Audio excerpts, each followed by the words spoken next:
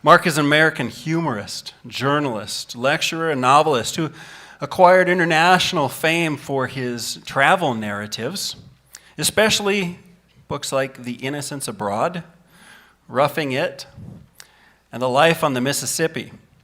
And for his adventure stories, which I'm sure we've all read as children, The Adventures of Tom Sawyer, followed up by The Adventures of Huckleberry Finn.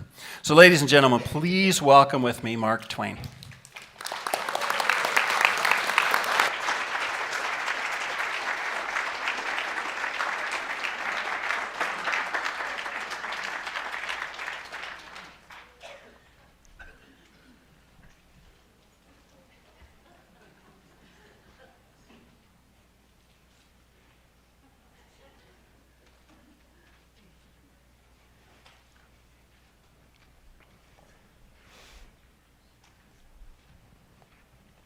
Ladies and gentlemen, I ask leave to introduce you lecturer of the evening, Mr.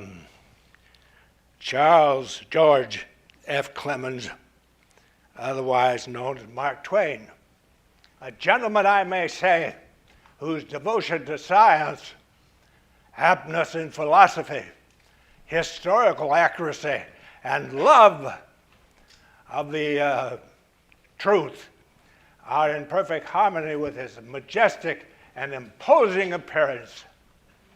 I refer indirectly to myself. I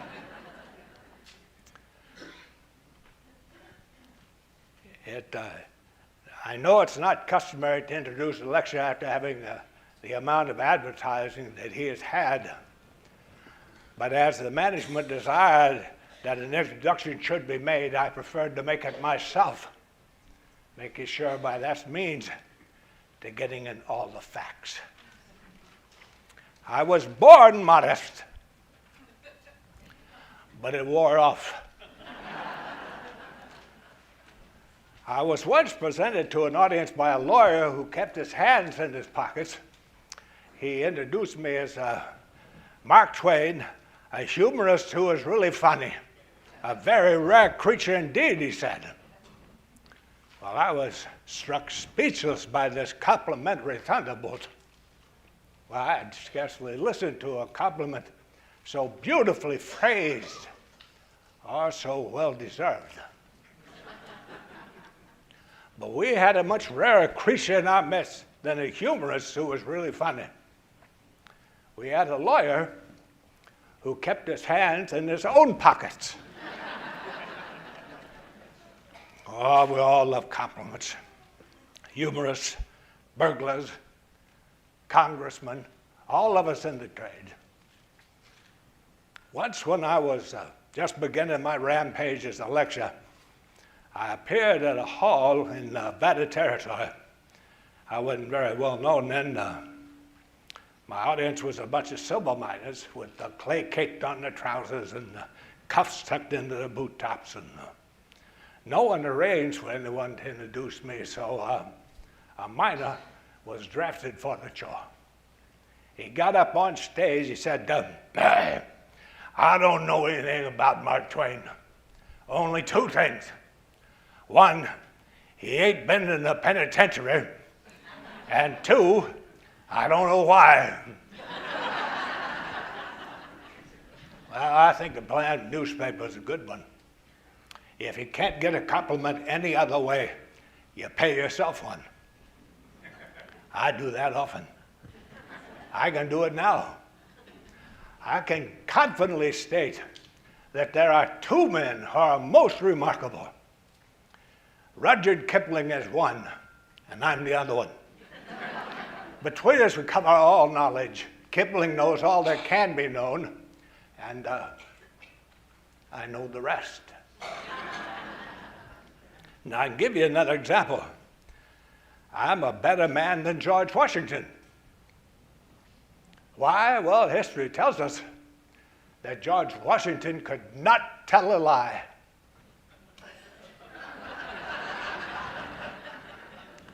Well, I can, and I intend to.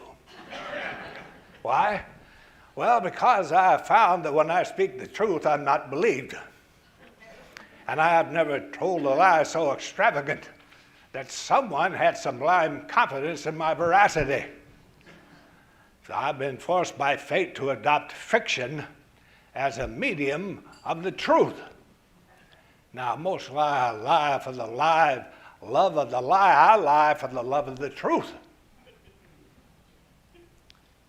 Now, if any man can do that and finds himself disseminating facts through the medium of falsehood, he should never speak the truth. And I don't. It's been said that the truth is the most valuable thing we have. I say, let us therefore economize it.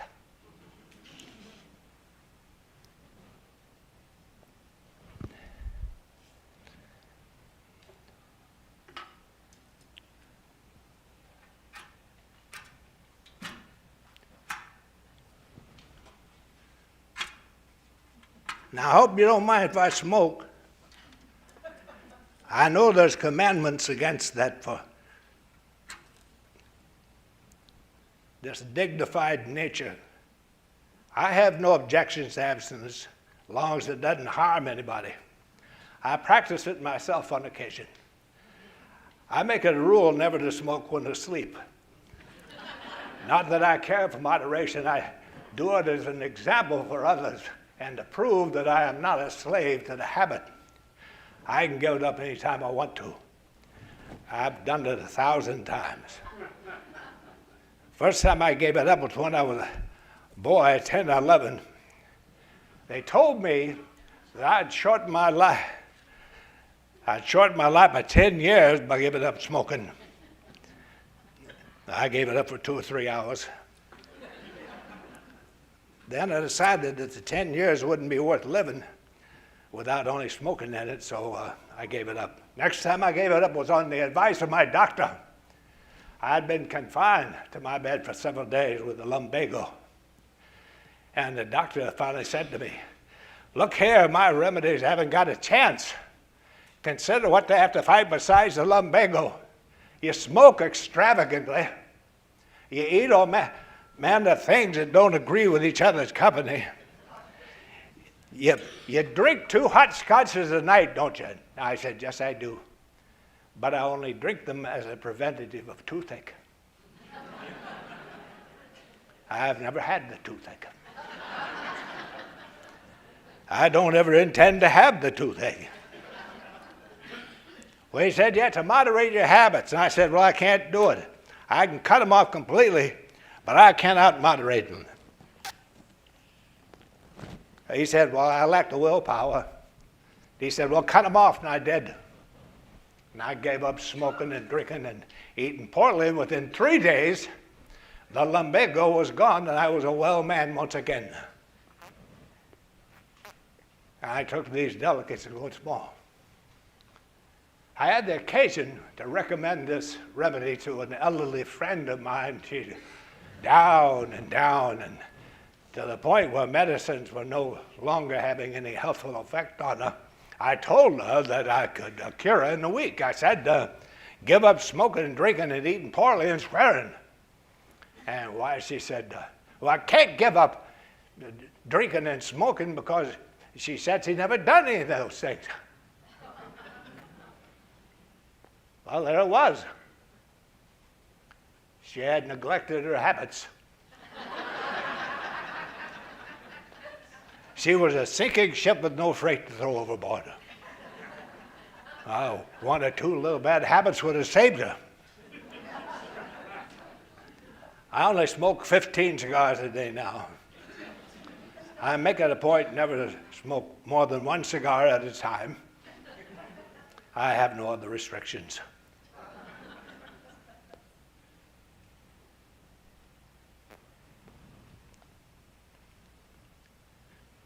When I was a boy, there was but one permanent ambition among comrades in our village on the west bank of the Mississippi. That was to be a steamboatman.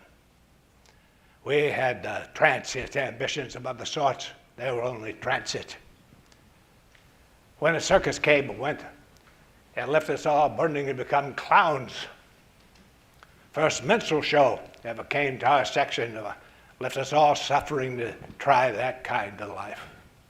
Now and then, we had a hope that if we lived and were good, God would permit us to become pirates. But this ambitions faded out each in their own turn. But the ambition to be a steamboatman always remained. Once a day, a cheap gaudy packet arrived upward from St. Louis and another downward from Keokuk. Before these events, the days were glorious with expectancy. And after them, the day was a dead and empty thing. Not only the boys felt it, but the whole village felt it. After all these years, I can picture that old time myself as it was then. White town, drowsing in the sunshine of a summer morning. Streets empty, or very nearly so. One or two clerks sitting in front of the Water Street stores with their splint-bottomed chairs tilted back against the walls, chins on breasts, hats slouched down over their faces, sleep. Shingle shavings enough around to show what broke them down. A sow and a litter of pigs loafing along the sidewalk doing a pretty good business in watermelon rinds and seeds.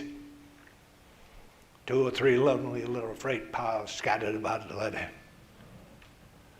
Pile of skids on the slope of the stone-paved wharf, and the fragrant town drunk asleep in the shadow of them.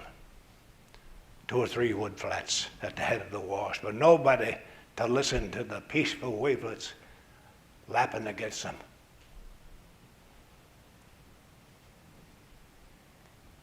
The great Mississippi, the majestic, the magnificent Mississippi, rolling this mile-wide tide along shining in the sun. The dense forest way on the other side. Point above the town, the point below, bounding the river glimpse and turning into a sort of sea, and with all a very still and brilliant and lonely one. Presently, a film of dark smoke appears one of those remote points, and instantly a drayman famous for his quick eye and prodigious voice lifts up the cry, "Steamboat a-comin'!"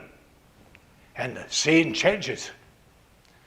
The town drunkard stirs, and clerks wake up. Furious clatter of drays follows, and every house or store pours forth a human contribution. And all in the twinkling, the dead town is alive and moving. Drays, carts, men, boys, all go hurrying from many quarters to a common center, the wharf. And assembled there, the people fasten their eyes on the common boat as upon a wonder they are seeing for the very first time. And the boat is a rather handsome sight too. She's long and sharp and trim and pretty. She has 2 tall, fancy-topped chimneys with a gilded device of some kind swung between them. A fanciful pilot house, all glass and gingerbread, perched on top the Texas deck behind them. Paddle boxes are gorgeous with a picture of gilded rays on the boat's name. The boiler deck, the hurricane deck, the Texas deck, all fenced and ornamented with clean white railings. There's a flag flying gallantly on the jackstaff. The furnace doors are open and the fires are glaring bravely. The upper decks are black with passengers. The captain stands by the big bell, calm and imposing, the envy of all. Great volumes of the blackest smoke are rolling and tumbling out of the chimney. That's a husbanded grandeur created by a bit of pitch fine just before arriving out of town. And the crew grouped on the forecastle. Broad stage run out far over the port bow. Envy deckhand stands picturesquely at the end of it with a coil of rope in his hand. Pent steam screaming through the gauge cocks. The captain lifts his hand, the bell rings, wheels stop. They turn back, turning the water to foam. and the steamer's at rest. Then, such a scramble as there is to get aboard and get ashore and take on freight and discharge freight and all at once at the same time, and such a yelling and cursing that the mates facilitate it all. 10 minutes later, the steamer is underway again with no flag on the jackstaff and no black smoke issuing from the chimneys. After 10 more minutes, the town is dead again, and town drunken to sleep by the skids once more. I determined that I would not return until I could come back as a pilot in glory, admired, esteemed above all other people. And so I did. On the 4 o'clock watch mornings, I could see the summer sunrise on the river. That was enchanting. First, the eloquence of silence and the haunting sense of loneliness, isolation, remoteness from the worry and the bustle from the world. The dawn creeps in stealthily. Solid walls of black forest soften to gray, and vast stretches of the river open up and reveal themselves, the water glass smooth. Then a bird pipes up, and then when the light has become a little stronger, you have one of the fairest and softest pictures imaginable. You have the intense green, the massed foliage. You have it paling shade by shade in front of you. All this stretch of river is a mirror. Oh, that's all beautiful. But when the sun gets up and distributes a pink flush here and a powder gold yonder, and a purple haze will yield the best effect. You grant that you have seen something worth remembering. I hope to follow the river the rest of the days of my life and die at the wheel when my mission was ended. By and by the war came. Commerce on the river ceased and my occupation was gone. So I had to seek another livelihood. So I joined the Confederacy. I served for 2 weeks. I deserted. And the Confederacy fell. Now you may be familiar with one of my books called Roughing It. Tells about my time out in the West as a newspaperman, sometimes gold prospector. When I got to Nevada Territory, the first person I encountered when I stepped off the stagecoach was a Mr. Harris, who was a horseback. He began to say something, but he interrupted himself with the remark, "I'll have to get you to excuse me a minute, but yonder is a witness who swore I helped rob the California coach. A piece of impertinent intermeddling, sir, for I am not even acquainted with that man." Then he rode over and he began to rebuke that stranger with a 6-shooter. And the stranger began to explain himself with another one. And when the pistols went out, the stranger resumed his work mending the bullwhip, and Mr. Harris rode by, homeward bound, with a bullet through one of his lungs and several in his hips, and from them issued rivulets of blood that coursed down the horse's side and made the animal look to me quite picturesque. Well, being now in the West, I resolved to have a horse to ride. At an auction, I saw a black beast, had as many humps and corners on him as a dromedary, and necessarily uncomely, but he was a going, 22 horse, saddle and bridle, $22 gentleman. Now, I couldn't resist. And a man I didn't know, that I would later learn was the auctioneer's brother, said, "I know that horse, I know him well. You're a stranger, I take it. So you might think that that was an American horse, but I assure you he is not. He's nothing of the kind." Then he bent to my ear, and because there are other people about, and he said, "He is, with a shadow of a doubt, a genuine Mexican plug." Well, I didn't know what a Mexican plug was, but there was something in the way the man had said that made me swear inwardly that I would own a genuine Mexican plug or die. Is there anything else to recommend him? And he tucked his fingers in his vest. He said, he can outbuck anything in America. Oh, 27, I shouted. Sold, said the auctioneer, and he passed the genuine Mexican plug to me.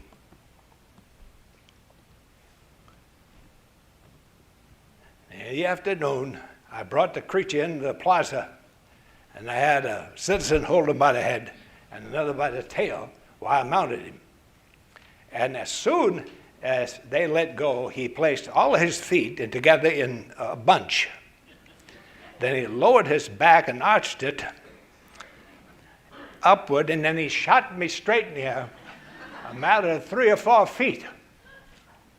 I came down, as straight down as I could, and I lit in the saddle, and then I went up again instantly.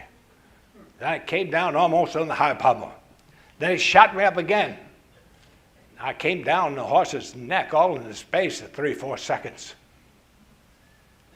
Then he rose, and then he stood almost on his hind feet, and I slid back in the saddle, and he came down eventually, and he immediately hoisted his heels in the air, delivered a vicious kick at the sky. He stood on his 4 feet.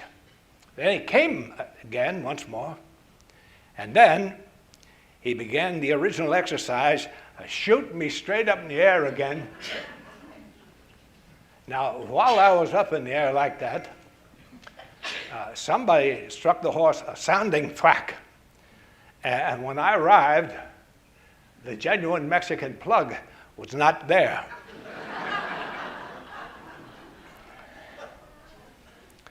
I sat down on a rock with one hand on my head and another hand on my stomach.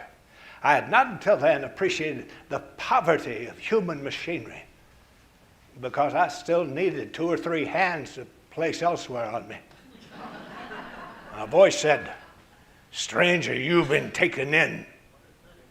Everybody in this camp knows that horse. He's the worst devil to buck in the continent of America. Why, you turnip, if you laid low and kept dark, there'd be a chance to buy a good American horse for mighty little more than you paid for that bloody old relic." Well, I gave him no sign.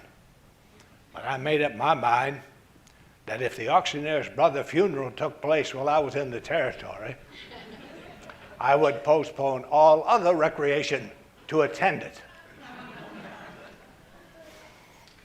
Many years later, the auctioneer's brother did pass away. I did not attend the funeral, but I sent a nice letter saying I approved of it. I determined for a time being that walking would be a good enough exercise for me that had nothing in the world with him wrong except the ruptures and internal injuries and skull fractures. I finally tried to give away the horse, but that was a failure. People said earthquakes were handy enough on the Pacific coast, and no one wished to actually own one of them.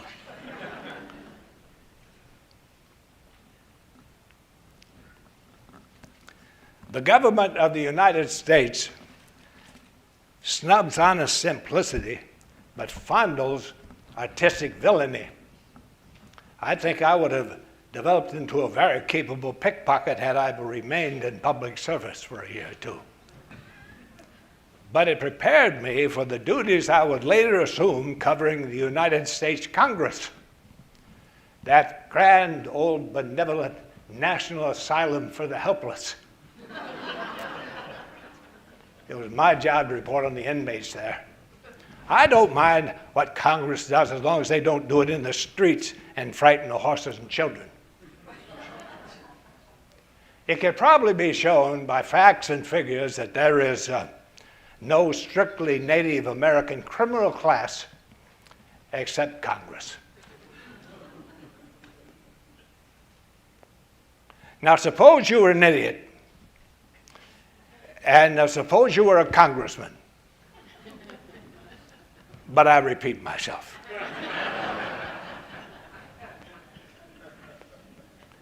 In those days, I became friendly with a number of silver miners, lively bunch. Every now and then, boys used to tell me that I should get one Jim Blaine to tell me the stirring story of his grandfather's old ram. But they always added that I must not mention the matter unless Jim was drunk at the time. Just comfortably and sociably drunk. They kept this up till my curiosity was on the rack to hear the story, and I got to haunting Jim Blaine, but it was of no use. My boys always found fault with his condition. He was often moderately but never satisfactorily drunk. I never watched a man conditioned with such absorbing interest, such anxious solicitude. I never so pined to see a man so uncompromisingly drunk before. At last, one evening, I hurried to his cabin because the boys said the situation was such that even the most fastidious could find no fault with him. He was tranquilly, serenely, symmetrically drunk. Not a hiccup to mar his voice. Not a crowd upon his Blaine to obscure his memory.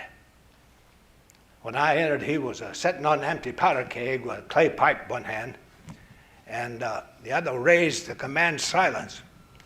His face was round and red and very serious, and hair tumbled down, his throat was bare, and the general appearance of a stalwart miner of the period. On the pine table stood a candle, and dim light revealed the boys sitting here on bunks and candle boxes, powder kegs. And they said, "Shh, don't speak. He's going to commence." And this is what Jim Blaine said. "Well, I was saying, he bought that old ram from a fellow up in Siskiyou County, and he fetched him home and he turned him loose in the meadow. And the next morning, he went down to have a look at him, and he accidentally dropped a 10-cent piece in the grass.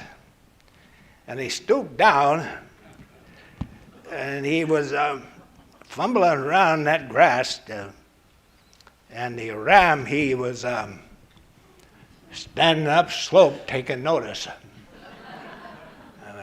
But the grandfather wasn't taking no notice because he had his back to ram, and he was interested in that dime. Well, there he was, I was saying, down the foot to slope, bending over so and fumbling in the grass, and the ram, he was up there at the top of the slope, and Smith, he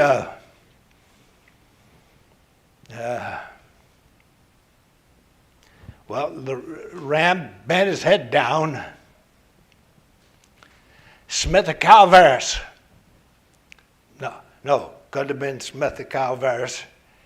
I remember by Georgia was Smith of Tulare County. Of course it was. I remember that perfectly plain. Smith, he stood there, my grandfather, he stood here and bending down, fumbling in the grass.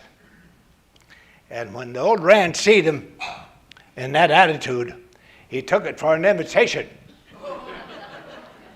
And here he come down the slope, 30 miles an hour. And Grandpa was stooping down like that, because he, no, it wasn't Smith of Tulare, it was Smith of Sacramento. Thank goodness. How'd I ever get them Smiths mixed up like that? Smith of Tulare, just a nobody. I'm a Smith of Sacramento. Smith of Sacramento, they come from the best blood in the United States. There's never been any better blood south of the line than the Sacramento Smiths. Oh, look here. One of them married a Whitaker. Reckon that gives you an idea kind of society that the Sacramento Smiths associated around in. Ain't no better blood than the Whitaker blood. I reckon anybody tell you that. Look at Mariah Whitaker. That was a girl for you. Little, yes, she was little. But what of it? Look at the heart of her. She had a heart like a bullock. Just as good and sweet and lovely and generous as the day is long. Why, if she had a thing and you wanted it, you could have it. Have it and welcome. Oh, Mariah Whitaker. She couldn't have a thing and another person needed it and not get it. Get it and welcome.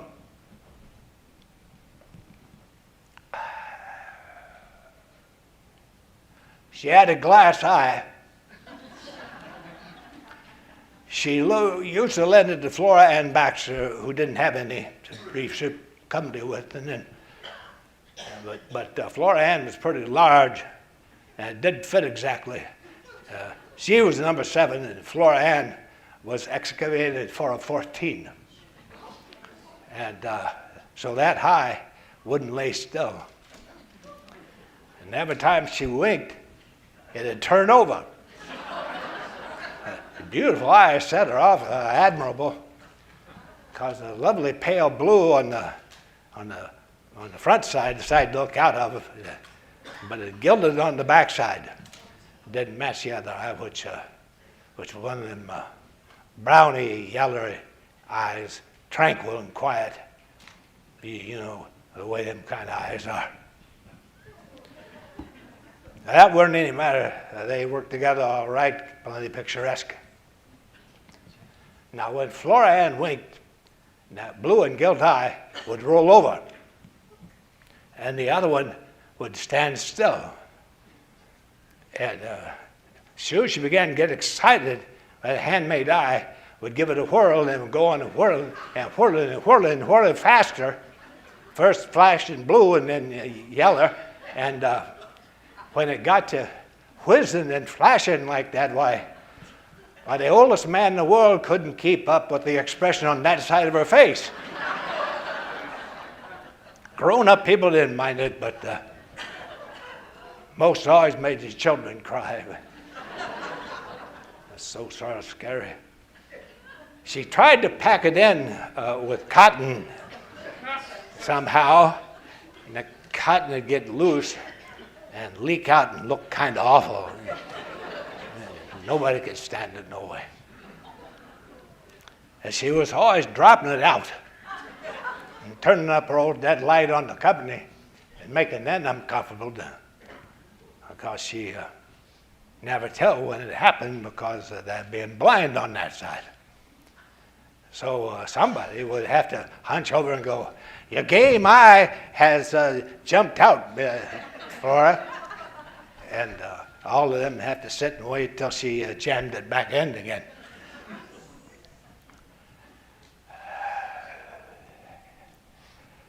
Flora Ann Baxter married Hagedorn. I reckon that lets you understand what kind of blood she was. Old Maryland Eastern Shore blood. Not a better family in the United States than the Hagedorns. Sally Hagedorn, married to a missionary. And they went off carrying the good news to the cannibals out on one of them far-off islands down in the middle of the ocean somewhere. And they ate her. And they ate him too, which is irregular. It wasn't a custom to eat the missionary, but only the family. And when the revelation came through, the relations came down and saw the situation. Well, the cannibals said so right out. They said they were sorry and they apologized, said it shouldn't happen again. And they said it was an accident. Now that's foolishness. There ain't no such thing as an accident. There's nothing that happens in this world that it has been commanded just so by a wiser power. And it's always for a good purpose. Now we don't know what good purpose it was, But it was the same with the families that was short a missionary and his wife. But that ain't no matter. It ain't none of our business. All that concerns us, the special providence and the good intention behind it. No, there's no such thing as accident.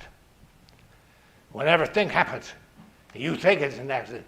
You make up your mind ain't no accident at all. There's a special providence. Well, you look at my Uncle Lem, huh? What do you think of that? That's all I have to say about that. You look at my Uncle Lem, talk about accidents. You see, one day my Uncle Lem was downtown with his dog and leaned against a scaffold, sick or drunk or something, and there was an Irishman with a hide of bricks on a ladder about the third story, and his foot slipped. And down he came, bricks and all, and hit a stranger fair and square and knocked the everlasting aspirations out of him. He was ready for the coroner in 2 minutes. Well, the people said that was an accident. Accident. That wasn't no accident at all. It was a special providence, and there's a mysterious and noble intention back of it. The idea was to save the Irishman. If the stranger hadn't been there, that Irishman would have been killed. They said special providence. So the dog was there. Why didn't the Irishman fall on the dog? Why weren't the dog appointed? For mighty good reason. The dog would have seen him coming. You can't depend on no dog to carry out a special providence. You couldn't hit a dog with an Irishman because, let me see, what was that dog's name? Oh, Uncle Lem got him with the Wheelers. I reckon you heard the Wheelers. Ain't no better blood south of the line than the Wheelers. Jasper. Jasper, that was the name of the dog. He weren't no Mongol either. He was a composite.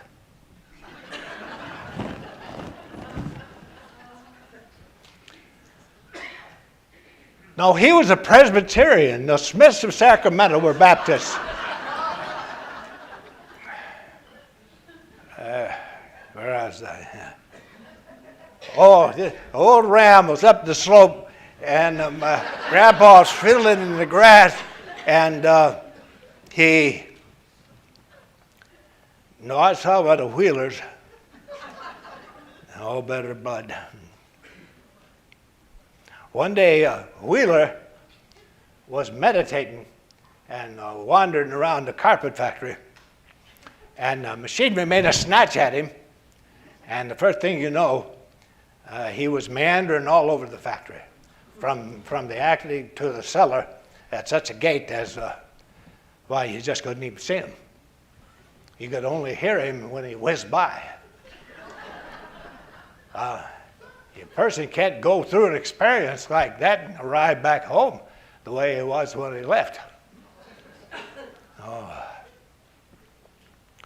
Wheeler got wove up into 39 yards of the best 3-ply carpeting. Widow sorry. She was uncommonly sorry. She loved him the best she could under the circumstances, which was unusual. She took the whole piece. 39 yards. She wanted to give him a proper burial, but she couldn't bear to roll him up. So she spread him out full length. And she said she wouldn't have it any other way. She wanted to buy a tunnel for him, but there weren't any tunnels for sale. So she boxed him up in a beautiful box and stood him up on a pedestal where you see him everywhere. And she painted on it the loving memory of 39 yards of the best 3-ply carpeting containing the moral remains of Millington,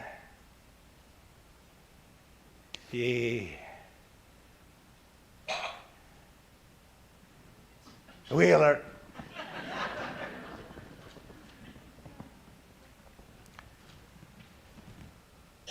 go thou and do likewise.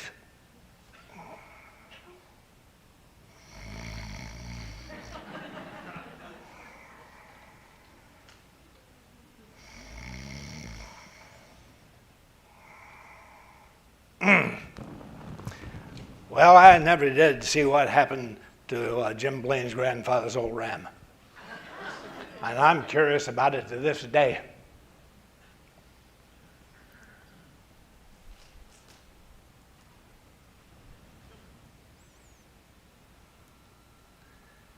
Now I want to bring you a selection from Huckleberry Finn. Now this book was about a boy. Some of you have been boys and some of you have had a great deal to do with boys. So Huckleberry Finn is a boy who lived a great many years ago in the Mississippi River Valley. He was ignorant, unwashed, insufficiently fed. But he had a good heart as ever any boy had. And he was the only really independent boy or man, woman, girl in this community. And for this reason, I believed he was continually happy. We liked him. We admired him. We enjoyed his society. And since this society was forbidden us by our parents, we enjoyed it all the more. Now, in this book, Huckleberry tells his own story all by himself. Now, you don't know about me without you read a book by the Adventures of Tom Sawyer. That book was written by Mr. Mark Twain, and he told the truth, mainly. Oh, there were some things he stretched, but mainly he told the truth. Oh, it ain't nothing. I never think somebody that lied one time or another without it was the Aunt Polly or Widow Douglas. Widow took me for her son allowed. She civilized me. She cried and cried over me as a long-lost lamb, and she said a lot of words too. She never meant no harm by it. Then she dressed me up in some of them new clothes, and I couldn't do nothing but sweat and feel all cramped up. And pretty soon, I wanted to smoke, but the widow wouldn't let me. She said it were a mean practice and weren't clean, and I should not try to do it no more. Isn't that the way with some people, though? They get down on a thing when they don't know nothing about it. And she took snuff, too. Of course, that's all right, because she done it herself. And her sister, Miss Watson, powerful slim old maid with goggles on, she took a set at me with a spelling book, and she worked me middling hard for about an hour. And I made her ease up, and I couldn't have stood it much longer. Then for another hour, it was deadly dull, and I was fidgety. And Miss Watson was all the time saying, "Don't put your feet up there, Huckleberry. Don't scratch up like that, Huckleberry. Can't you try to behave?" Then she told me all the bad place. And I said, I wished I was there. Oh, she got mad then. I never meant no harm. All I wanted was a change. She said she was going to live so she'd go to the good place. I couldn't see no advantage of going where she was going. So I made up my mind I wouldn't go for it. I run off pretty soon after that and hit out on Jackson Island. That's where I met Miss Watson's Jim. Said he run off too. I said, I promised I wouldn't tell on him. I knew I'd done wrong. I knowed that folks would despise me and call me a low-down abolitionist, and I didn't care, because I wasn't going back there anyway. Jim and me found an empty section of log raft and went off down that river together. We run nights and laid up and hid daytimes, and we just let that raft float wherever the current wanted it to. It's lovely to live on a raft. We lay on our backs and smoke our pipes going way up in the sky, not a cloud in it. The sky looks ever so deep when you lay on your back in the moonshine. I never noted before. And then how far a body can hear on the water's just nice. Once or twice a night, you'd see a steamboat slipping along in the dark, and every now and then she'd about the whole world of chimney sparks rain down the water and look awful pretty. Then she'd turn the corner and her lights wink out and the powwow shut off and the river stilled again. I'd go to sleep, and sometimes Jim wouldn't wake me when it was my turn to stand watch. He often done that. And I'd wake up long about daybreak, he'd be sitting there with his head betwixt his knees, moaning and mourning. I never took no notes or let on, but I knowed what it was for. He was thinking about his wife and children way up yonder, and he was feeling alone and homesick. You see, because he'd never been away from home before in his life. I do reckon he cared as much for his people as white folks do for theirs. No, it don't seem natural, but I reckon it's so. He kept looking for Cairo down to the foot of the Illinois, where the Ohio River comes in. We said we'd sell the raft and get on a steamboat and go way up the Ohio to the Free States and be out of trouble. Jim said he'd feel all over trembling, feverish to be so close to freedom. He said the first thing he'd do, when he got to Free State, he'd go saving up money and never spent a single cent. And when he got enough, he would buy his wife, which was owned on the farm near Miss Watson. And then Miss Watson would both go to work, and Jim and his wife would go to work, and they would buy the two children. And if the master wouldn't sell them, he said he'd get an abolitionist to go steal them. Well, most froze me to hear such talk. Jim would never dare talk such talk, just coming straight out flat-footed and saying he would steal his children who was owned by a man I didn't even know, a man that never done me no harm. See, I begun to get through my head that he was most free, and who was to blame for it? Why, me. See, it never come down before this thing was I was doing. And my conscience got stirring me up hotter and hotter, and I finally said to it, just all let up on me, will you? I'll paddle ashore first light and I'll tell on him. Pretty soon one showed, and Jim, he got all excited because he thought it was Cairo, and I said, oh no, let me paddle ashore in the canoe and see, because it might not be, you know. Then he got the canoe ready for me, and then he gave me the paddle, and I shoved out, and when I was about 50 yards out, he yells, there you go, the old true Huck. The only white gentleman ever kept his promise to old Jim. I just felt sick. There I was, paddling off all in a sweat to tell on him. When he said that, kind of seemed to take the tuck right out of me. I wasn't right down short, and I was glad I started whether I weren't. But I says to myself, I got to do it. I can't get out of it.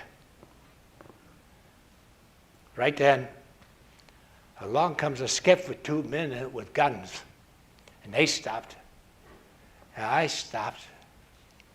And one of them says, what's that yonder? A piece of raft? You belong on it? Yes, sir. Any men on it? Only one, sir. Well, there's 5 slaves run off last night above the head of the wind. Is your man white or black?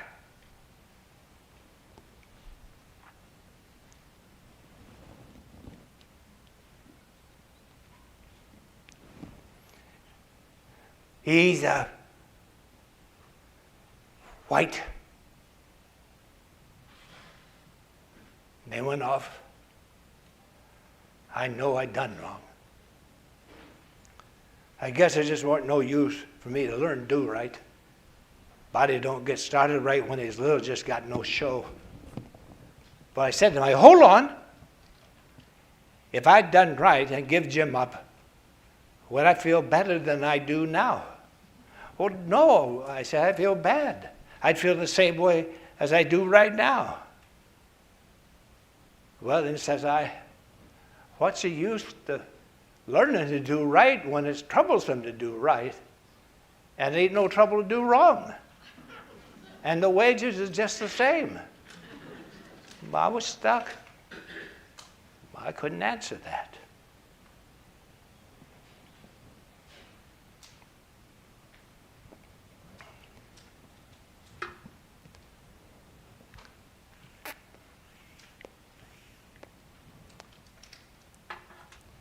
I want to share a story from the West.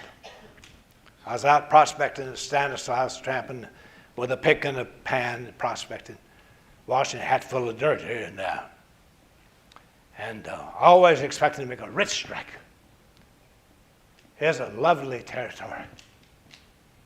It had been once populated by many years before, but now the people had vanished. And the charming paradise was a solitude. They must have given up when the surface diggings gave out.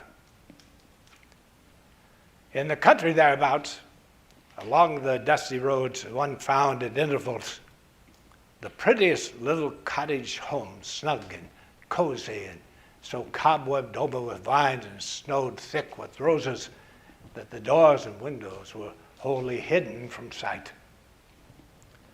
This was a sign that these were the deserted homes forsaken years ago by the disappointed families who had found themselves that they couldn't sell or even give them away. And every once in a while, you could see a log cabin of the earliest mining days. And if there was an occupant, he was the very pioneer who had once had his opportunity to go home to the States rich and had not done it, and had rather lost his wealth and then resolved to sever all communication with his home, relatives, loved ones, and to be to them thenceforth dead. It was a lonely land without a sound but the drowsy hum of insects, no glimpse of man and beast. So at last, in the early part of the afternoon, when I caught sight of a human creature, a most grateful uplift. He was a man of about 45 years old. He was standing at the gate, one of those rose-clad cottages that I mentioned. However, this one hadn't a deserted look. It looked like it had been lived in and petted for and cared after. In a front yard, which was a garden of flowers, gay and flourishing. And I was invited in, required to make myself at home, which was the custom of the country. Well, I was delighted to be in such a place after long weeks of daily and nightly familiarity with miners' cabins and dirt floors and never-made beds and tin plates and cups and bacon and beans and black coffee and nothing of ornament except the war pictures from the illustrated papers of the North. But here was a nest that told me that I had consciously been famishing for this place. I found nourishment for my soul. I could not believe that a rag carpet could feast me so. Here were Windsor chairs, bright colored tidies, wallpaper, scores of little unclassifiable tricks and touches that a woman's hand distributes about a home. The delight that was in my heart must have shone within my heart because a man saw it plainly, and he was pleased. All her work, he said caressingly. She done it all herself. And he took in the room in the class was full of affectionate worship. There was a Japanese fabric hanging on the picture frame that women adorn such mundane parts of the home. It was out of adjustment, and he noticed it, and he arranged it with cautious pains, stepping back several times and to get it to suit him just right. And he gave it a light finishing pat with his hand. She always does that. You can't tell what it lacks, but it lacks something till you've done that. You can't find the law of it, but like a finishing pat, so the mother gives the child's hair when it had been brushed. I've seen her fix all these things just her way. I don't know the law of any of them, but she knows the law, and she knows the way and the how both, and I only know the how. He took me in the bedroom so I could wash my hand, but such a bedroom I had never seen for years. White counterpane, white pillows, carpeted floors, papered walls and pictures, and a dressing table with dainty toilet things. My face must have spoke again, because he answered with the grateful words, all her work, she done it all herself, every bit. Nothing here that ain't felt the touch of her hand. Then in another room, I became conscious of one of those unaccountable ways that there was something somewhere in the room that the man wanted me to discover for myself. I knew it perfectly. I knew he was trying to help me with furtive indication with his eyes. But I tried to get on the right track, but I failed several times. I could see out of the corner of my eye without being told. At last I knew I must be looking straight at the thing. I knew it from the pleasure issuing in visible waves from him. And he broke into a happy laugh, and he brought his hands together and he cried, "That's it, you found it. I knew you would. It's her picture." There's a little black walnut frame, kind of a daguerreotype case. It contained the sweetest, girlish, most beautiful face it seemed to me I had ever seen. Man drinking the admiration from my face, he was fully satisfied.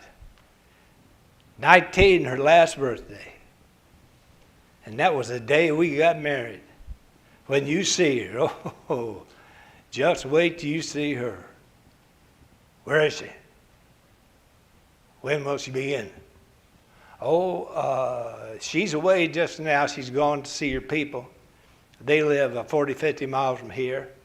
But she's been gone, let's see, 2 weeks today. When did you ship her back? This Wednesday. So Saturday. Saturday, about 9 o'clock likely. But I felt a sharp pain and disappointment. I'm sorry, because I'm going to be gone by then. I said regretfully, "Don't! Why should you go? She'll be so disappointed." She would be disappointed. That beautiful creature. If she had said the words herself, I doubt if they could have blessed me more. I was feeling a deep, strong longing to see her, a yearning so supplicating and so insistent that it made me afraid. I said to myself, I will go straight away from this place for my peace of mind's sake. "Don't go," he said. She likes having people come and stop by, and people who know things and can talk. People like you. She delights it. For she knows, she seems to know nearly everything herself. She can talk. Oh my, she talks like a bird.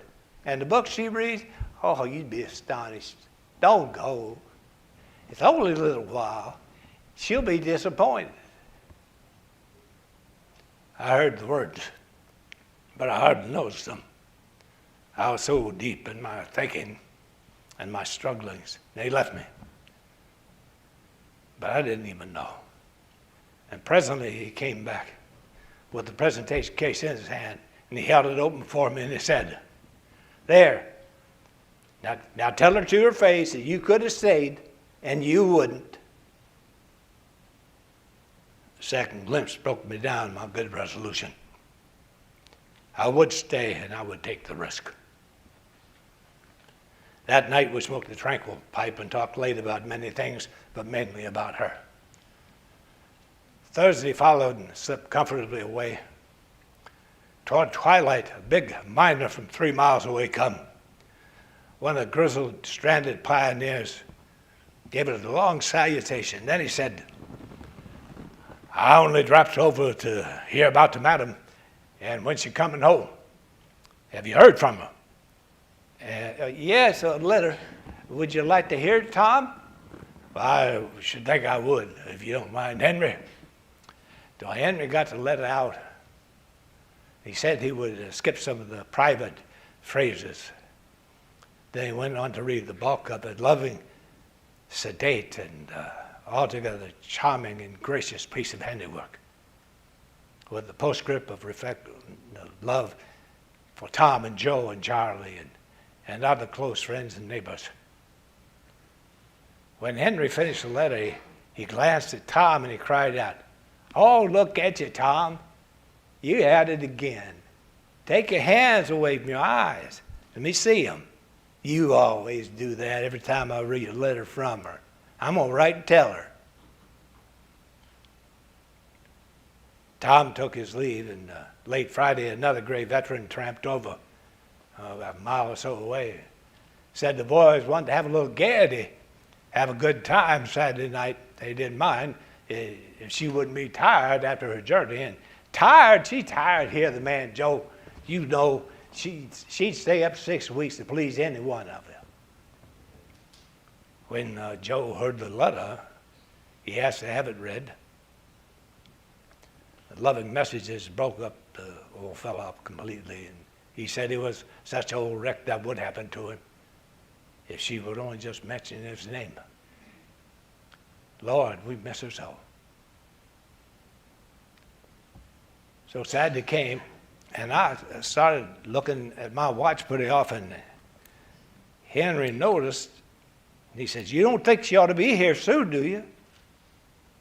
They said he was getting worried. He said she wouldn't do it till 9 o'clock, but he said something was trying to warn him that something had happened. You don't think anything's happened, do you? So I was glad when Charlie and the veteran and other arrived during the evening, asked for the letter to be read, and talked over the preparations for the party, and tried to ward off his apprehensions. What'd the letter say? Said she'd be here by 9 o'clock. You ever know who to fail her word? Pretty soon Tom and Joe arrived. Then all hands sent about adorning the house with flowers. And 3 miners said they brought their instruments, and they might as well tuned up because the boys and girls will be arriving pretty soon. And for a good old-fashioned breakdown. And a fiddle and a banjo and a clarinet, they were the instruments. And the trio took the place, and they began some rattling dance music and beating time with their big boots. And it was getting very close to 9. And he'd been made to drink to his wife's health several times. And Tom shouted, "All hands stand by. I believe she's here." Then Joe brought out the glasses on the tray, served the party. And I reached for one of the 2 remaining glasses, and Joe said under his breath, "Drop that. Take the other one." And I did. And Henry was served last. He hardly swallowed his drink when the clock began to strike. I see his face going paler and paler. He said, "Boys, I'm sick with fear. Help me, I want to lie down." And they helped him to the sofa, and he began to drowse. But presently he smoked like one who talked in his sleep. He said, "Have I heard horses?" And one of the veterans answered close to his ear. It was Jimmy Parrish. Said the party got delayed, but they just up the road a piece, they coming along. Henry mumbled. He was so thankful nothing happened. He was asleep before the words were out of his mouth. And then in the moment, those handy men had him clothes off, tucked into bed, closed the door, came back, and then he seemed preparing to leave. And I said, "Leave, don't leave, gentlemen. She won't know me. But I'm a stranger to her." They glanced at each other and they said, "She? Poor thing. She's been dead 19 years. Dead? That or worse. She went out with 3 or folks half a year after they was married. On the way back Saturday evening, she was kidnapped. Never heard from again. And he lost his mind in consequence. Never been the same now since. Only gets bad when that time of year comes around. Then when we begin to drop in 3 days before she's due to encourage him up, Saturday, well, come fix up the house, flowers, and get everything ready for the dance. Oh, we done it every year for 19 years. The first Saturday was 27 of us without counting the girls. There's only 3 of us now, and all the girls are gone. Yeah, we drug him to sleep. We go wild. Then he's all right for another year. Thinks she's here with him. Till the last 3 or 4 days come around. Then he begins to look for her, and he gets out a poor old letter, and we come ask him to read it to us.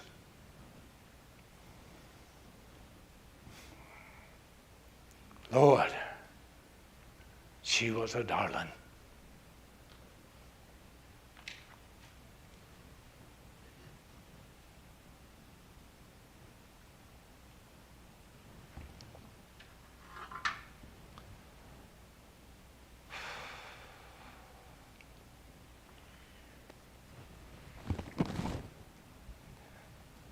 Now it's time for me to go.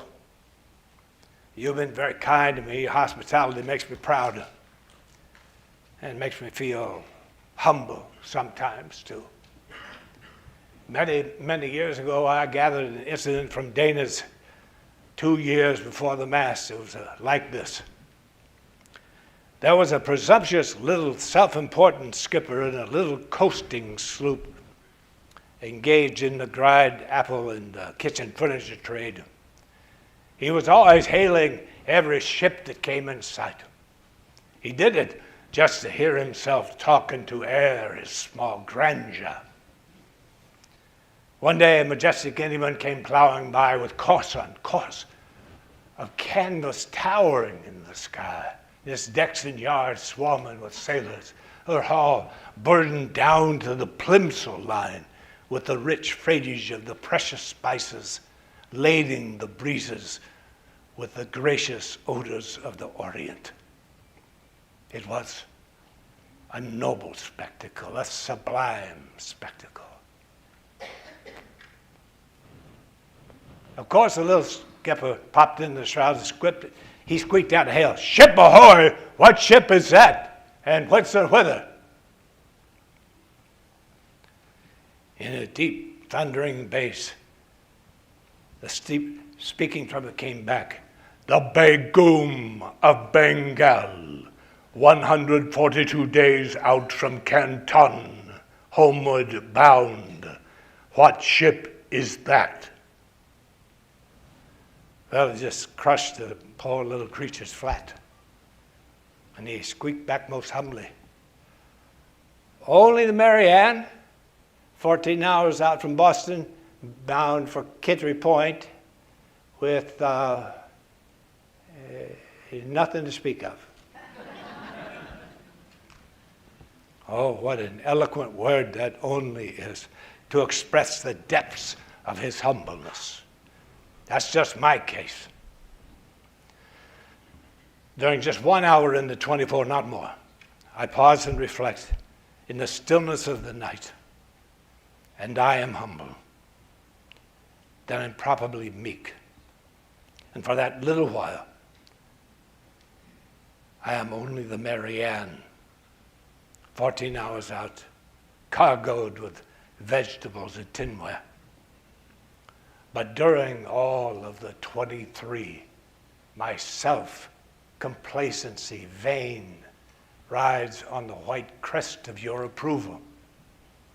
And then I am the stately Indiaman plowing the great seas under a cloud of canvas, laden with your approval. And I am the Begum of Bengal, 142 days out.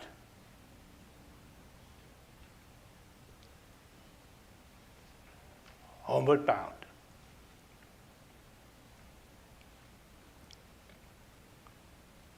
You've been very kind to me this evening, and I wish you all a good night.